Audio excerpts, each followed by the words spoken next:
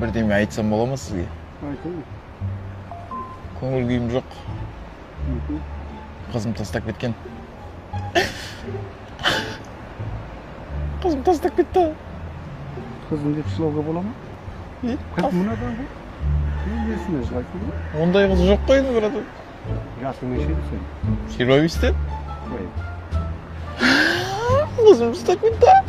Оның несіне жылайсың? Неге жыламай ма? Жігітім бар дейді ғой маған.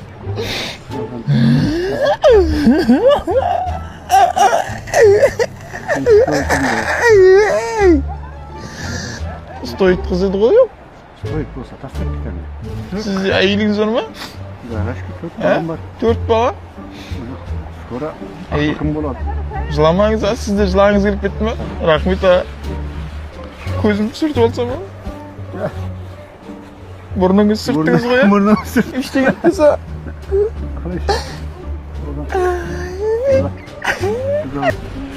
Махаббат деп өлетін болдық қой. Қызым тастап кетейін, сіз тастап кетпеңізші мені. Тастап кетесіз бені.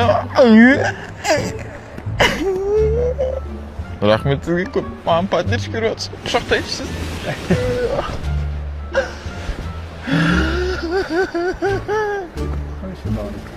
Қоймай ма? Үйге кірсем де қоя алмай ма? Мен ұрмайсыз қоя? Неге? Сізге әзілдеп видео түсіріп отқам аға. Әзілде видео түсіріп тұрмыз. Әзіл қоға. Мені ешкім тастап кетпейді, неге екен білесіз бе? Мен әйеліме постоянно осындай карак жей берем ғой. Адамды сабырлы қылып, көңілді болып жүреді адам. Мынаны сізде ішіп алыңыз. 18А шағын аудан 3-ші үйде Карахом дейтін кафе бар. Сол жерге барсаңыз сізге мына шай тегін береді. Менің атымнан да. Ренжімедіңіз ғой, Жоқ. Болды. Давайте деп қойыңыз.